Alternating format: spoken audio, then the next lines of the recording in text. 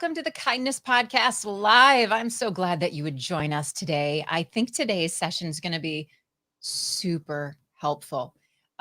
If you have kids, if you have teenagers, if you have girl teenagers, if you are an adult and you live in this world right now, I think all of those reasons are going to be reasons why you are going to really enjoy this session, because today we are talking with Sissy Goff. Sissy is a licensed counselor. She's a therapist at this amazing place called Daystar Counseling Ministries, and it's in Nashville, Tennessee. Hi, Sissy. Hi, I'm so glad to be with you today. Well, I'm so glad to have you with us. And I will tell you what, there are so many people who do what you do and are good at it, right? And I'm so grateful because I see one of those people in South Dakota. Like, I have a therapist. I love her. She's essential to my life and to keeping me moving in the right direction.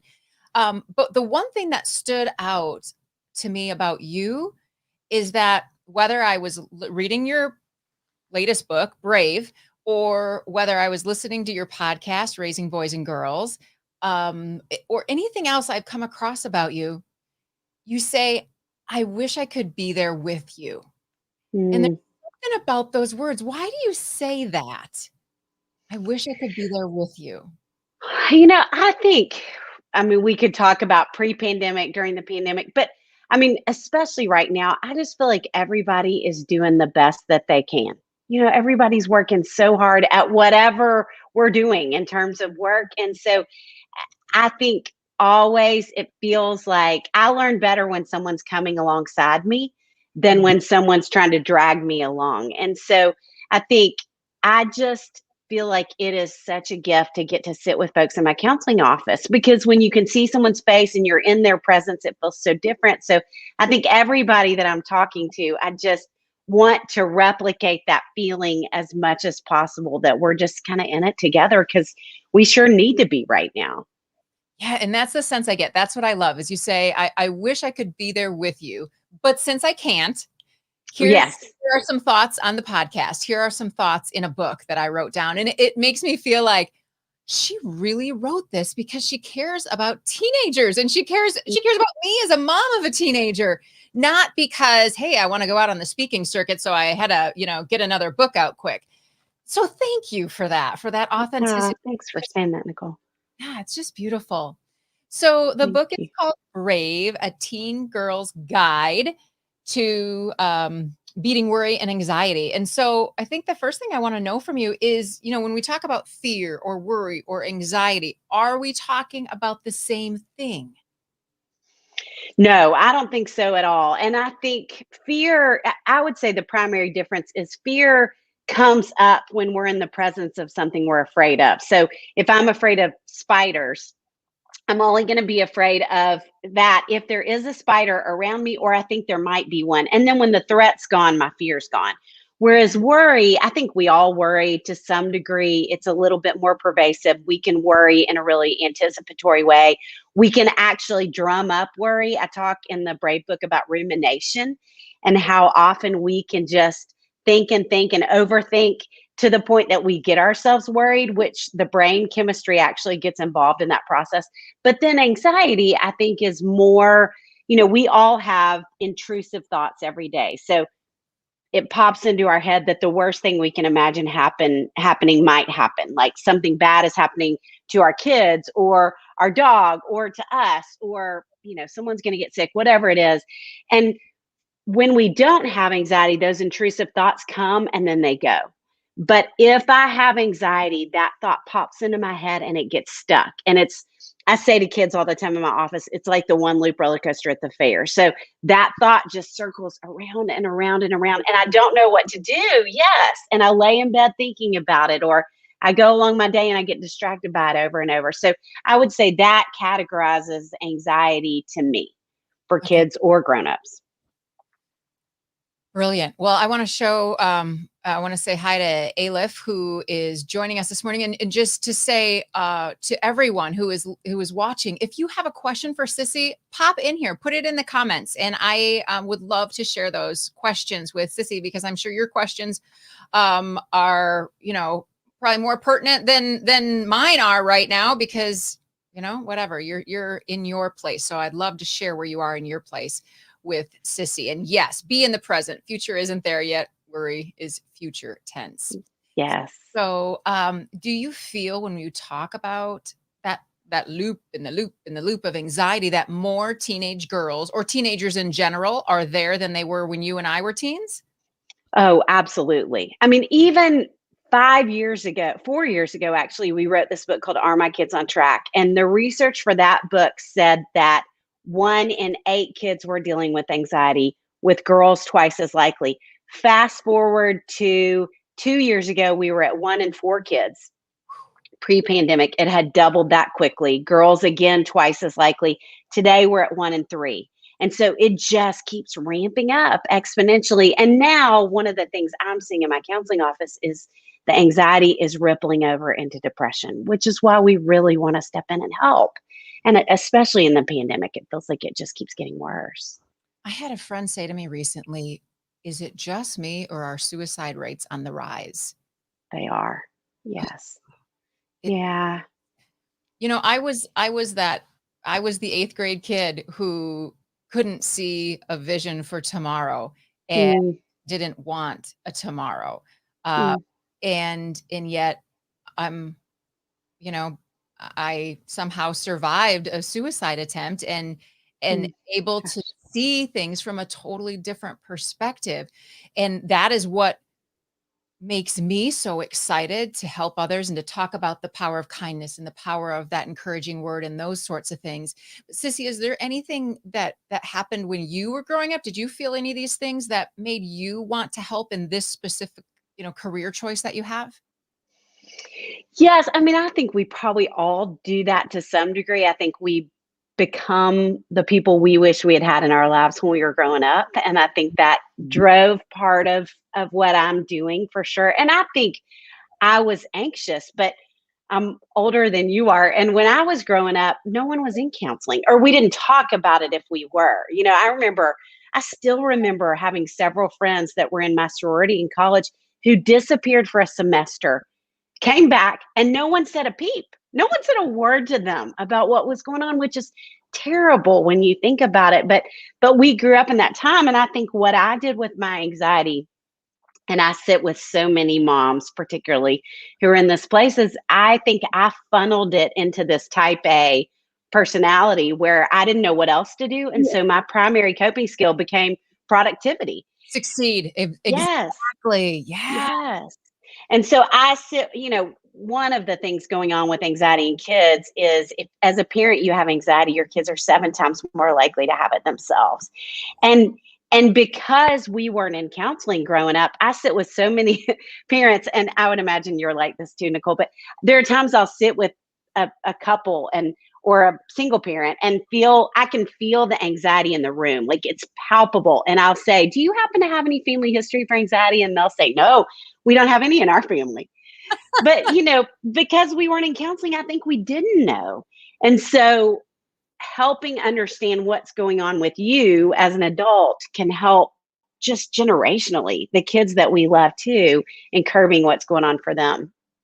The beginning of Brave had some notes just for parents, which I thought were really interesting. I have a 17-year-old daughter. She's a junior in high school. And I have a 14-year-old Do son you who's really? a freshman. And then he doesn't feel left out if he ever watches this, I have a little one, Ben, who's 11, um, Ah, in 5th grade. But one of the things that I thought was really interesting from the beginning of this book, your note to parents, was this idea of no peeking. Like this, should we look or shouldn't we look at our kid's diary or journal? I remember that being like a debate when I was a kid, like, right? mm. So you kind of try to put that to rest. And would you tell us what your professional opinion is on reading your kids' stuff? My professional opinion would be not to do it, because I think, we have all these places as adults where we can process what's going on emotionally apart from the people that it involves. We can go to our own therapist, we can talk to friends, we can talk to our spouse, and the kids are never going to hear. And kids need a safe place to be able to process, number one. Number two, they have really big feelings, especially adolescents. And so kids will write things like, I hate my mom. And they'll walk away and never think about it again. And it's not even necessarily how they feel. They've moved on from that as soon as it came out of their mind and onto the paper. But as a parent, if you read those words, you never forget it. Mm. And so I really tell parents, I think it's so important to prioritize kids having a safe place. They may leave it out. It does not mean they meant for you to read it, which I have parents say that maybe weekly in my office. Yeah, but they left it But right there on the couch. They I probably know. didn't know what they're thinking. Exactly, totally. But I will say, I mean, I think even mentioning the suicide rates, I think the only time I would say all bets are off with that is if you suspect that your child is really depressed and you think they could be contemplating suicide, at that point, read their journal, go through their room, whatever you need to do to keep them safe.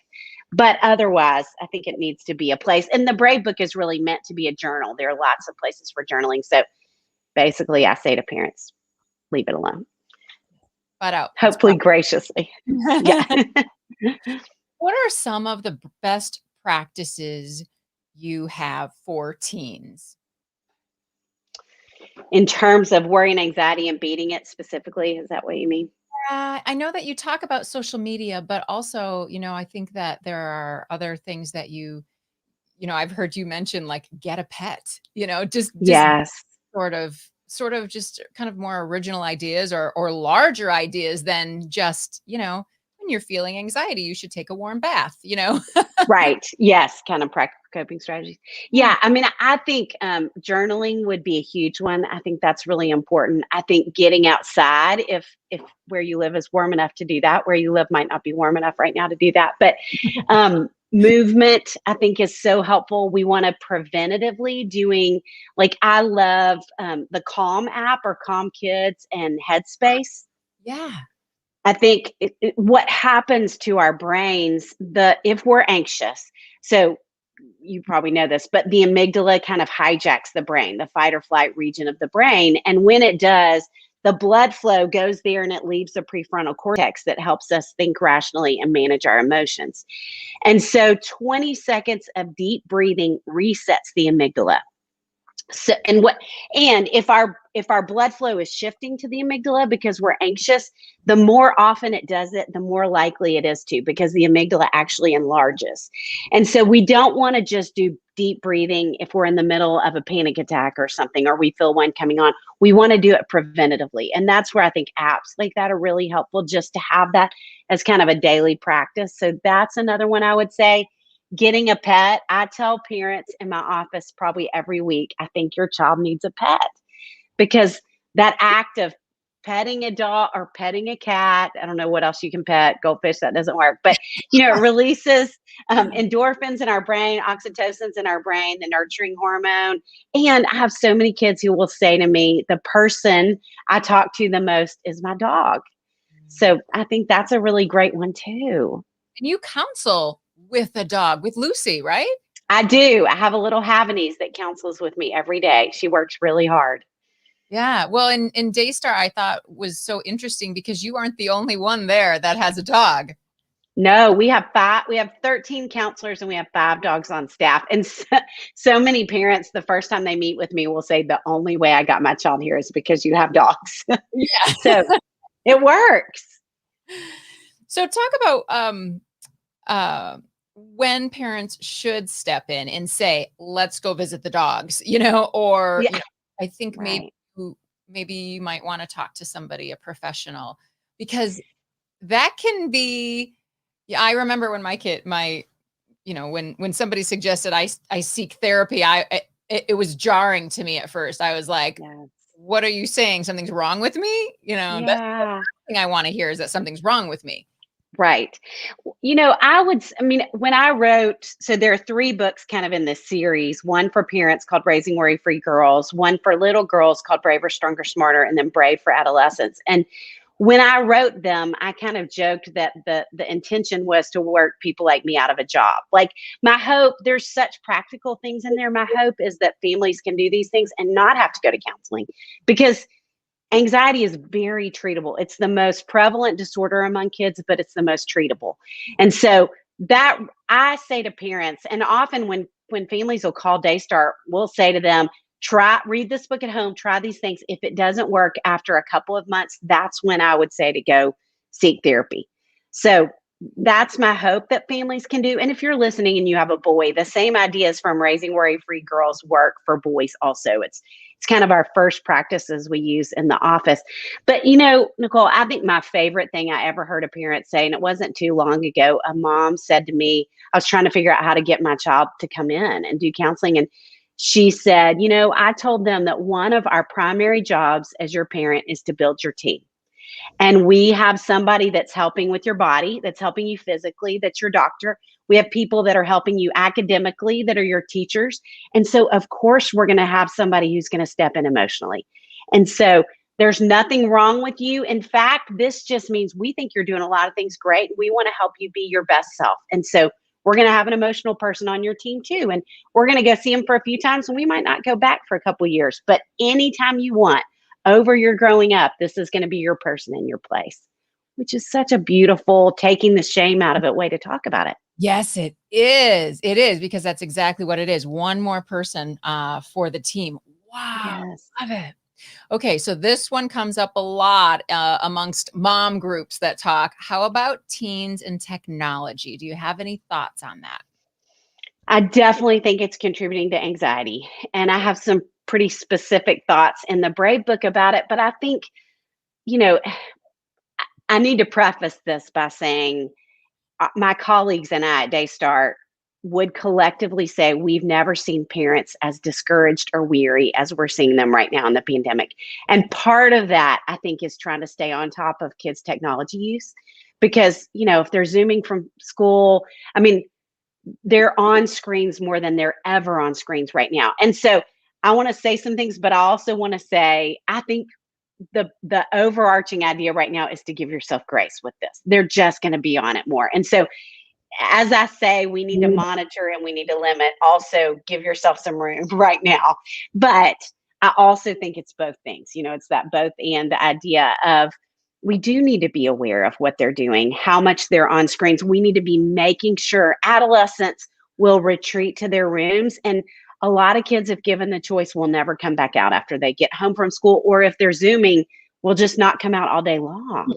Yeah. And so they need to come out and have dinner with you. They need to go for a walk with you. They need to be emerging from their rooms.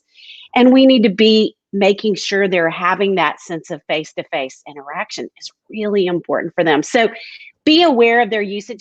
And I think there's some great tools, like the Circle is a hub that you can get for your home that gives everybody time out. It gives everybody bedtime. I think we've got to have those kind of things for them.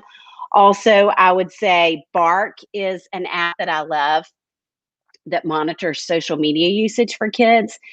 So anything we can do like that, we just need to be tracking. Apple now and their screen time has the same thing.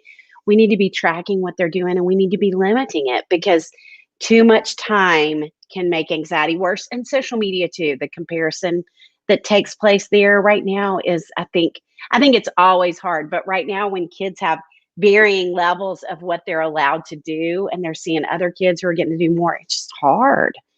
Yeah.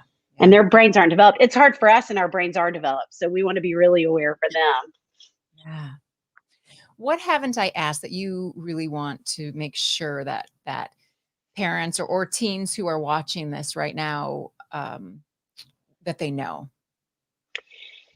The first thing that I talk about, I think, past instructions for parents in the Brave book, is that I feel like every teenage girl I see really is thinking two things. One, I'm the only one who feels this way. And two, something is wrong with me. Mm. And I would say a lot of parents, a lot of grown-ups feel the same way. And I think that overarchingly would be what I would hope kids would get from Brave. But even from sitting with you and I in this conversation, you are not, whatever you're feeling right now in the midst of this pandemic, you're not the only one. It is overwhelming for every single one of us. And there's nothing wrong with you that you feel this way, because whatever it is, again, you're not alone in it. And so there are so many great resources that can help. Like you said, there are people that are doing what I'm doing all over the country, all over the world. And so there are resources out there, and don't be embarrassed to reach out for them. Great advice. Sissy, but when I Mhm. talk to people on the kindness podcast, I love to ask them to share a story of kindness. And I feel like you've just given us all of this kindness, but I'm wondering if there's a particular Mm, story that stands out to you where you were the giver, the receiver, or maybe the witness of a beautiful act of kindness. wow. I think I would say maybe because we've been talking about dogs, I think that would feel like in both places. I think when I got my first dog as an adult, that was from my mom, and so I have kind of a funny family story, and I was an only child till I was 16, and then my parents got pregnant, which evidently my mom said that my first comment was, "I didn't know you all still did that." Appropriate. So, Appropriate yes, comment. yes. And so there's just two of us. It's me and now my little sister, who I'm 50 and she is 30. How old would that make her? 34. So anyway, when I was 22 and she was 6, our parents got divorced, and our mom was really wise and knew that that first Christmas would be really hard. And so she decided she was going to get my little sister a puppy. And I was so excited about her getting a puppy. And I went with mom to pick it out and told her which one I thought she should get. And anyway, long story, still makes me teary, but we Christmas morning, there was an ornament box, with the cardboard pop out handles, and I could see these little puppy eyes looking through the cardboard box, and I was so excited for Kathleen to open it. And mom said, "Sissy, I want you to get down beside her, and I want you to help her." And we opened the box, and there was a sign that said, "Sisters for the sisters," the big ones for Sissy and the little ones for Kathleen. And so we both got puppies that Christmas. And that dog, whose name was Noelle, was the first dog we ever had on staff at Daystar. And so, I think to so much of what you talk about of kindness begets kindness, even in dogs. So this little dog, there was a day that something was happening at my house where I couldn't have a dog at my house. I think I had a repairman there or something like that. And so I took my little dog to work, and that particular day, met with an adolescent girl who was contemplating suicide. And, what I have to do in that situation is I meet with the child tells me that, and then I have to bring the parent in and tell the parent and say, "I want you to take her straight to the hospital," which it's so hard to sit with a kid in that situation. And it is really hard to say that to a parent. Like, this is where your child is. And so I had Noelle with me, talked to the little girl, and I said, not little girl, adolescent girl, and I said, "I'm going to need to talk to your mom, but I'm going to leave Noelle in here with you, my dog." And so I went and had the conversation with my mom, and then the two of us came back in, and Noelle was sitting on the girl's lap, licking her tears. And Oh, and at that point, my boss said, "You bring your dog every day." And so oh, now we have 5. But I think Noelle felt like grace to me and kindness to me, as does my dog Lucy. And so I think we just never know where it's going to show up. And the idea that kindness ripples out, even among pets, it ripples out. And I think it changes all of us. So I love that you asked that question. thank you for sharing that story. Wow. Wow. It leaves me breathless and it leaves me just wanting to say, everyone, it's going to be okay. We're all in this together, right? We are And all in this together. yeah, yeah. And you're not alone. Thank you Yes. so much, Sissy, for talking with us today. Uh, Really appreciate you and the work that you're doing. Thank you. Well, you too. I'm so delighted to get to join you in yours. So, Sissy's book is called Brave, brand new, and you have other books too. So just hop online and grab one of her books. Listen to the podcast, Raising Boys and Girls, because it's just full of wonderful inspiration and great advice. And sissygoff.com. Anything else you want us? Is that where they go? Or raisingboysandgirls.com? Yes, or on Instagram, Sissy Goff or Raising Boys and Girls. We're trying to put, especially in the pandemic, we're trying to crank out so much helpful information in all of those places. Awesome. Awesome. Thank you so much. Have a really great day. I Thank appreciate you. us. You too. And thanks everybody for tuning into the Kindness Podcast. I hope that you found this information just really valuable. Remember, you're not the only one. You're not alone. And I care about you. I like you. So stick around. We'll see you next week. Bye-bye.